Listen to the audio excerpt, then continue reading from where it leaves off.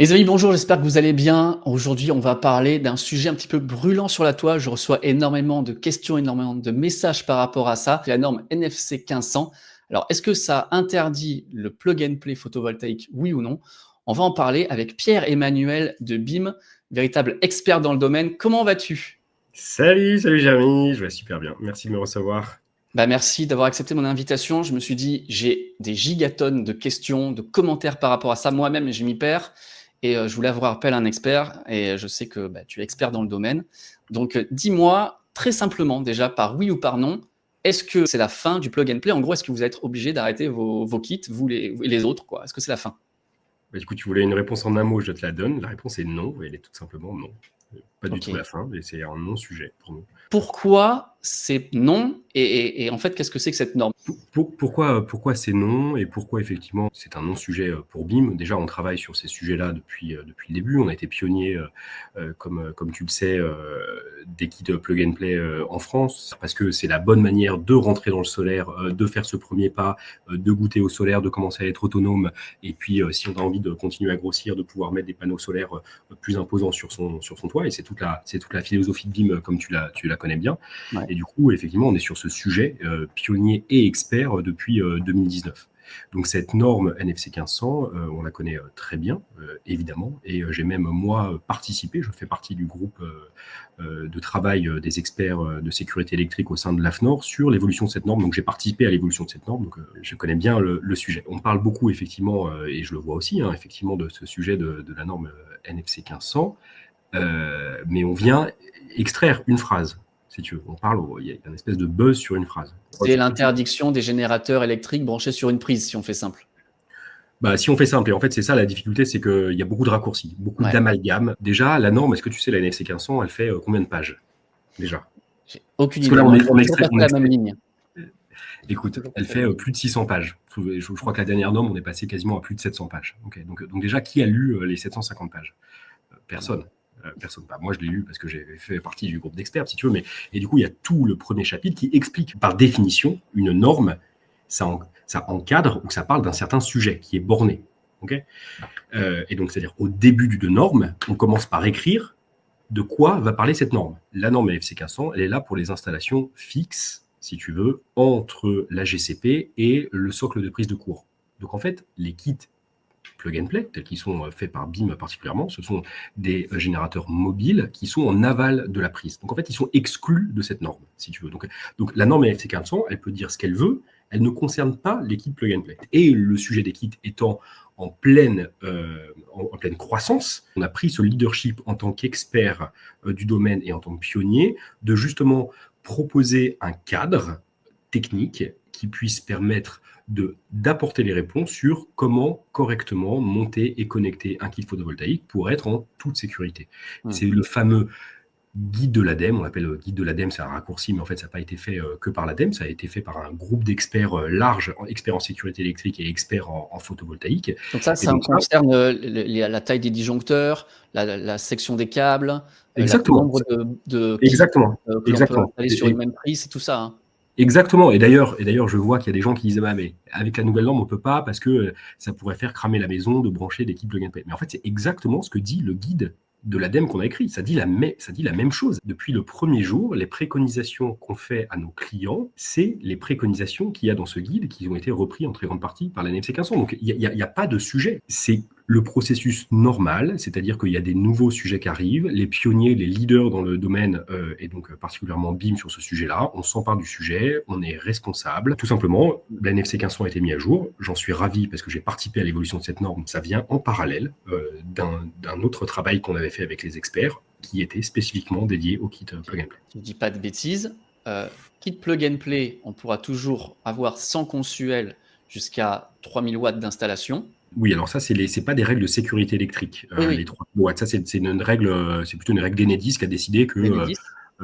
jusqu'à 3 kW, tu pouvais réinjecter gratuitement sur le réseau. Tu n'as pas besoin de faire appel au consuel si tu, effectivement, branches des appareils qui ont été testés en usine et qui sont mobiles. À ce moment-là, c'est hors du scope du consuel. Tu t'engages à le brancher en toute sécurité avec toutes les préconisations qu'on a faites. Ça Et change. donc, vous, les préconisations, c'est 900 watts par ligne. Si tu as un circuit électrique standard, si tu veux, qui est souvent câblé en 2,5 mm cuivre et que tu es protégé par un disjoncteur thermique de calibre 20 ampères, alors à ce moment-là, tu peux réinjecter sur ce circuit électrique jusqu'à 900 watts de puissance. Si tu as un circuit qui est câblé avec une section différente, si tu as un disjoncteur qui est de calibre différent, il faut à ce moment-là refaire les calculs pour savoir combien tu peux injecter sur ce circuit. Donc il y a les règles de calcul, c'est tout ce qui est écrit justement dans ce guide, ce fameux guide de l'ADEME, et c'est juste que le 900 watts, il reste plus à l'esprit parce que c'est la valeur qui correspond à un circuit, on va dire, classique de prise. Mais tu as le droit de faire évoluer le circuit de tes prises et les protections pour faire des choses différentes. Mais à ce moment-là, il faut avoir une certaine expertise, si tu veux, pour être capable de refaire correctement les calculs et de ne pas faire n'importe quoi. Et donc, on invite les gens à nous consulter, d'ailleurs, quand ils veulent le faire. Je vais te demander, pour les personnes qui ont peur de faire une bêtise, ils peuvent demander à BIM en disant je veux rajouter un kit ou je veux m'équiper, voilà comment bien ça sûr, se passe bien chez sûr, moi. depuis le premier jour. Depuis le premier jour, et on est évidemment avec nos beamers qui nous contactent, et tous les jours, c'est notre expertise, on les accompagne, et on est toujours du côté de la sécurité. Ça ne changera pas, et ça ne changera jamais. Puisque je te tiens, comme on dit, j'aimerais bien qu'on parle de ce qu'on avait parlé déjà la dernière fois, c'était par rapport aux installations de la batterie, de la BIM batterie qui devait se faire, hein, vous deviez commencer les installations, maintenant c'est fait. Et je voulais savoir, je vois passer un petit peu sur les réseaux sociaux des gens qui disent « Ah, j'ai reçu ma batterie, voilà, les installations et tout ça ». Comment ça se passe et quels sont les premiers retours d'expérience des gens? Ça se passe super bien, les gens sont ravis et nous, on est trop contents pour eux parce que c'est vraiment l'aboutissement d'un travail énorme qu'on a fait avec toute l'équipe de BIM et l'équipe technique pour sortir un produit qui est absolument magnifique, qui honnêtement aujourd'hui n'a pas de concurrence sur le marché. Et c'est ce qu'on explique à nos clients et à nos prospects et les gens qui veulent nous rejoindre l'aventure, c'est qu'on a la seule batterie modulaire, puissance, connectée avec backup, qui peut être connectée en couplage AC, en couplage DC, qui se branche directement au tableau électrique et qui, du coup, pour le cas, parce qu'on parlait de normes conformes à la norme C15712-3, si tu veux, c'est la seule norme qui aujourd'hui régit les batteries. Les premiers retours sont dithyrambiques, trop contents de voir que les premiers clients qui étaient partis sur... Tu sais que notre batterie, tu peux avoir 2, 3 ou 4 modules.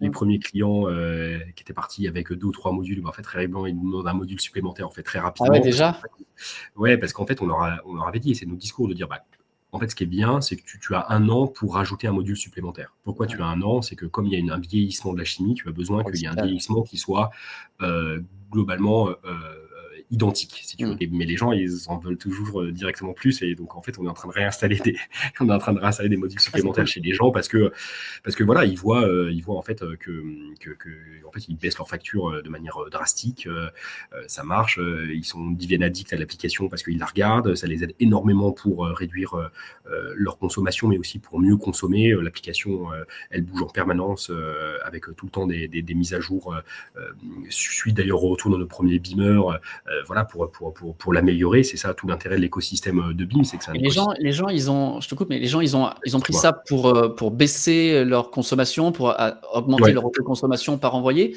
mais il y a aussi l'option, comment on dit, backup. Cette batterie, elle est raccordée au tableau et tu peux venir avoir un certain nombre de circuits, jusqu'à 8 circuits de ta maison qui sont directement raccordés à la batterie, et instantanément, à partir du moment où il y a une coupure de réseau qui est détectée, et tous les circuits qui sont en backup, ce qu'on dit, ils sont instantanément alimentés par la batterie.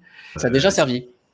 Ah, mais ça sert en ce moment, mais je veux dire un peu malheureusement parce que c'est comme ça et que le réseau est de plus en plus instable et que les tempêtes sont de plus en plus violentes, mais ça sert tout le temps. Il y a des gens qui ont pu travailler chez eux en télétravail grâce à la batterie BIM alors qu'ils n'auraient pas pu le faire. Je ne sais pas si ça t'arrive, Jérémy, mais quand tu n'as plus d'électricité chez toi aujourd'hui, tu te sens quand même un peu impuissant. Tu reviens à la bougie et tout d'un coup, ça fait quand même bizarre. D'être capable de continuer à charger juste tes téléphones portables, d'avoir ta box internet qui est connectée, d'avoir les équipements de ta cuisine pour pouvoir faire la cuisine, d'avoir voilà, tes volets roulants, ton frigidaire qui continue à tourner normalement, en fait, ça devient cool aujourd'hui. Voilà. Ah oui, non, mais moi je suis un convaincu de ces batteries qui prennent le relais sur la maison. Là, il n'y a pas de débat, mais je ne pensais pas que c'est quelque chose qui avait autant d'intérêt pour les autres gens, on va dire, et quelque chose surtout qui avait déjà servi. En fait, mais ça arrive de plus en plus. Enfin, genre, quand on est en juin, tu regardes pas forcément cette fonction, tu regardes plutôt la fonction autoconsommation parce que tu as du soleil au-dessus de ton nez, puis tu arrives en hiver. Enfin, je veux dire, nous, on est à Nantes, hein, tu sais qu'on est à Nantes. On a eu 2 tempêtes majeures avec, à chaque fois, la une des journaux, c'était plus de 200 000 foyers qui sont encore sans Ah ouais. électricité. Et même nous, hein, au travail, il y a pas mal de gens au travail qui sont en home office, notamment en fin de semaine. C'est comme ça qu'on fonctionne chez BIM. Même pour nous, nos propres employés, si tu veux, on avait des gens qui ne pouvaient pas travailler. Donc là, les gens le voient directement. Et puis il y a une certaine fierté de se dire qu'on a toujours de l'électricité avec la BIM batterie. Les gens le partagent. Les gens le partagent direct parce qu'ils sont contents, parce qu'ils se disent putain, mais trop bien, ça marche. Et voilà, donc c'est hyper cool. Je voulais Ouais, désamorcer cette histoire parce que je te dis, ouais. j'ai énormément de messages. Alors, des messages bienveillants de gens qui se posent réellement la question. Et puis, tu sais, les énergies renouvelables, il y a beaucoup de haters, tout ça. Donc, il y a beaucoup de gens qui partagent énormément ça en disant bah ouais, vos trucs, ça ne marchera pas. Regardez, d'ailleurs, c'est interdit, ça va être interdit. Donc, taisez-vous. C'est normal. On est pionnier, on est leader, on est en train de changer la manière dont on consomme l'énergie en France. On est convaincu chez BIM que demain, on produira la majeure partie de son énergie à la maison et on viendra uniquement prendre le reliquat sur le réseau. C'est un mouvement qui est européen. Tous les autres pays sont en train d'aller dans cette direction-là. La Belgique, si tu veux, qui jusque-là freinait des cas de fer, à partir d'avril, ils ouvrent grand les vannes parce qu'ils ont bien compris qu'ils étaient complètement en retard. Ouais, Donc c'était ça y est, interdit en Belgique. c'était interdit, mais à partir d'avril, c'est autorisé. Donc, c'est juste c'est le sens de l'histoire. Et il faut le faire correctement. Les gens ont confiance en nous et continuent de nous faire confiance pour aller plus loin dans leurs installations aussi, une fois qu'ils ont fait ce premier pas dans le solaire plug and play, de nous faire confiance pour augmenter leur écosystème, passer à une batterie, passer à du solaire en toiture et être de plus en plus autonome. Donc, voilà. Merci de m'avoir invité pour en parler, mais surtout pour répondre à ta question du début, il n'y a pas de problème. Ok, bon, on va rester là-dessus. La réponse était donc non.